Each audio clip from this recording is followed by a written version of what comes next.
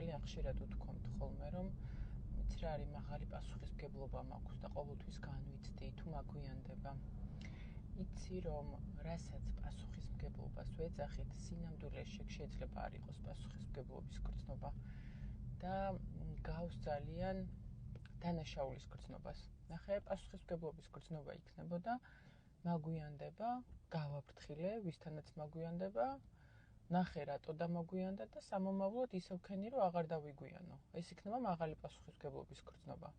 და შფოთი, ღელვა, ნერვიულობა, რაღაც დამატებითი მნიშვნელობის მინიჭება მაგ ფაქტისთვის, რომ აგვიანებ, აი უკვე აღარ არის პასუხისმგებლობა.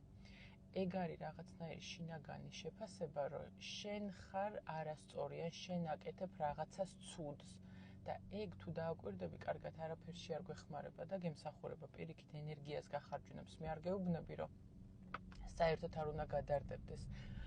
მაგრამ თუ პასუხისმგებლობის გრძნობა გაქვს, პასუხისმგებლობის გრძნობა ნიშნავს, რომ რაღაც მოქმედება გააკეთო და ყოველთვის როცა რაღაცა შინაგანი ენერგია დახარჯე, ამაზე დარჩი თუ ნერვიულობაში, აი ეგ პასუხისმგებლობის გრძნობასთან არ არის კავშირში.